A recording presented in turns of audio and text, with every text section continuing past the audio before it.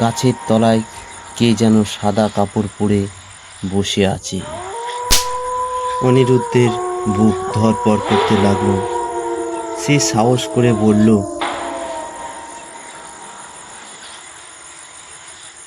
কে কে ওখানে? কোনো উত্তর নেই।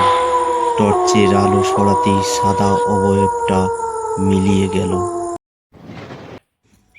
পশ্চিমের আকাশে সূর্য ডুবতেই গ্রামের নামটা যেন বদলে যেত। দিনের বেলায় যে গ্রাম হাসি খুশি, সন্ধ্যা নামলেই সেখানে নেমে আসতো অদ্ভুত নিস্তব্ধতা। গ্রামের নাম শালিকডাঙ্গা। চারিদিক ধান ক্ষেত, মাঝখানে কাঁচা রাস্তা, আর গ্রামের শেষ প্রান্তে পুরনো শ্মশানঘাট, যেখানে দাঁড়িয়ে আছে বিশাল এক বটগাছ। সেই বটগাছ নিয়েই গ্রামের মানুষের ভয়।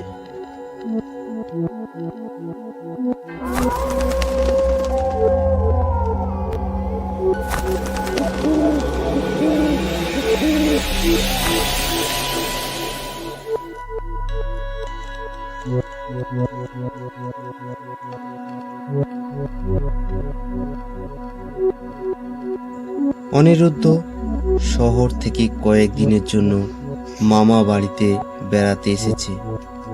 সে বিজ্ঞান নিয়ে পড়তো, ভূত টুত মানে না।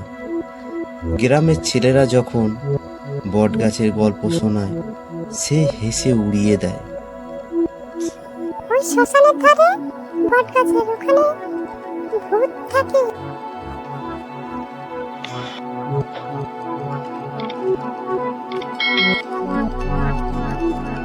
এই যুগে ভূত সব মনের ভুল। কিন্তু গ্রামের বৃদ্ধ হরিপদ কাকু বলেছিলেন, সবকিছু চোখে দেখা যায় না রে বাবা।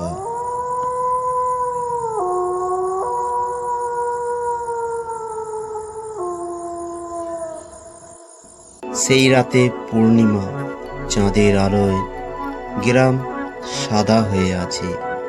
অনিরুদ্ধের ঘুম আসছিল না।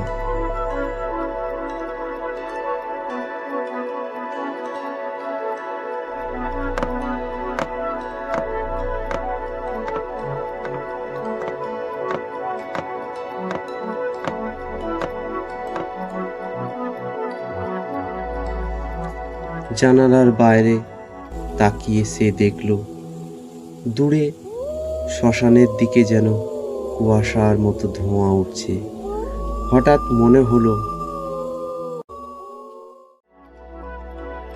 আজই সুযোগ। সে টর্চ নিয়ে চুপি চুপি বেরিয়ে পড়ল। রাস্তা ফাঁকা, কেবল কুকুরের ডাক আর শিয়ালের ডাক হালকা ভেসে আসছে।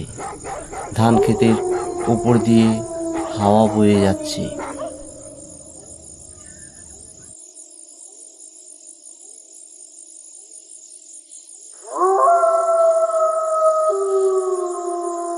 শ্মশানের কাছে পৌঁছতেই ঠান্ডা একটা হাওয়া শরীর কাঁপিয়ে দিল। বটগাছটা যেন আরো বড়, আরো অন্ধকার। গাছের ঝুড়ি নেমে মাটিতে লেগেছে। টর্চের আলো ফেলতেই দেখল ঝুড়িগুলো হালকা দুলছে, অথচ বাতাস নেই। অনিরুদ্ধ নিজেকে বোঝালো,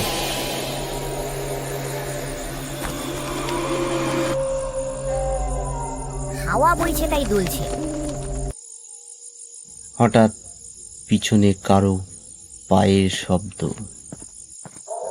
সে দ্রুত ঘুরে দাঁড়ালো।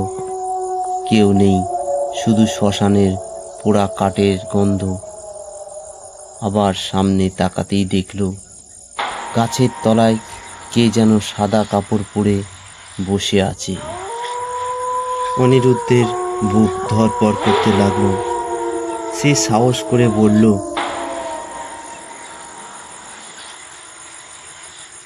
কে কে ওখানে? কোনো উত্তর নেই। টর্চের আলো সরাতেই সাদা অবয়বটা মিলিয়ে গেল, যেন কখনোই ছিল না। ঠিক তখনই তার কানে এলো ফিস ফিস শব্দ। ফিরে যা, কেন এসেছিস? কণ্ঠস্বরটা খুব কাছ থেকে, আবার খুব দূর থেকেও। তা মনে হয় মনের ভুল।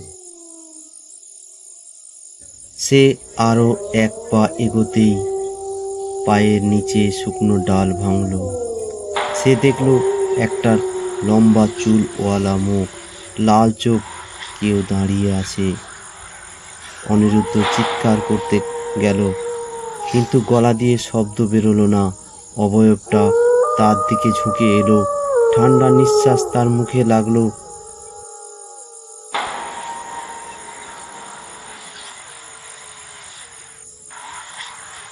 ফিরে যা। আমি বিশ্বাস করি না। হঠাৎ চারিদিক থেকে যেন কারো কান্নার শব্দ ভেসে আসছে। অনেকগুলো গলা একসাথে কাঁপছে, বটগাছের ঝড়গুলো নড়ছে। অবয়বটা বলল, বিশ্বাস না করলে প্রমাণ চাই। মাটির নিচ থেকে হঠাৎ একটা হাত বার করে কঙ্কাল উঠে এলো। তারপর আরেকটা পোড়া কাঠের ফাঁক থেকে কঙ্কাল উঠে এলো।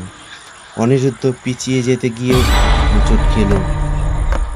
অন্ধকার পূর্ণিমার আলোয় যেন মুছে গেছে, শুধু ঠান্ডা ঘন অন্ধকার। সেই অন্ধকারে সে দেখল অসংখ্য লাল চোখ তার দিকে তাকিয়ে আছে।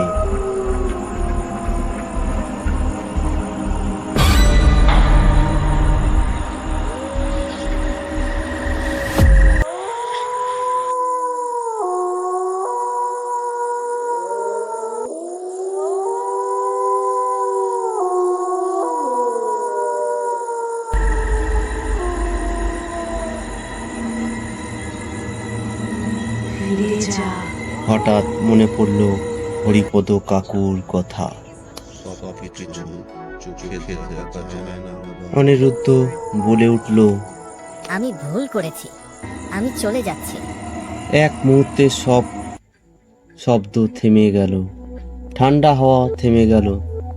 সে দেখল সে একা, বটগাছ স্থির, চারিদিক নিস্তব্ধ, দূরে ভোরের পাখির ডাক। সে বুঝতেই পারেনি কখন রাত কেটে গেছে। কাঁপতে কাঁপতে বাড়ি ফিরে এলো।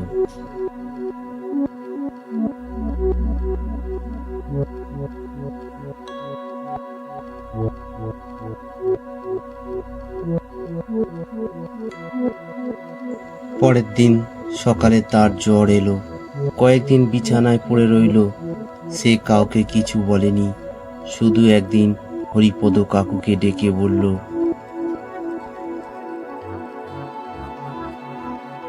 ওখানে কেউ আছে? হরিপদ কাকু দীর্ঘ নিঃশ্বাস ফেলে বললেন, অনেক বছর আগে ওখানে এক যুবতীর দাহ হয়েছিল বলে সে মৃত্যুর আগে নাকি খুব কষ্ট পেয়েছিল। তখন থেকেই পূর্ণিমায় কেউ গেলে ফিরে আসে না। অনিরুদ্ধ আর কখনো শ্মশানের দিকে যায়নি, কিন্তু গল্প এখানেই শেষ নয়। 1 বছর পর আবার পূর্ণিমা, গ্রামে নতুন এক যুবক এসেছে শহর থেকে। সেও হাসে, সেও বলে ভূত বলে কিছু নেই।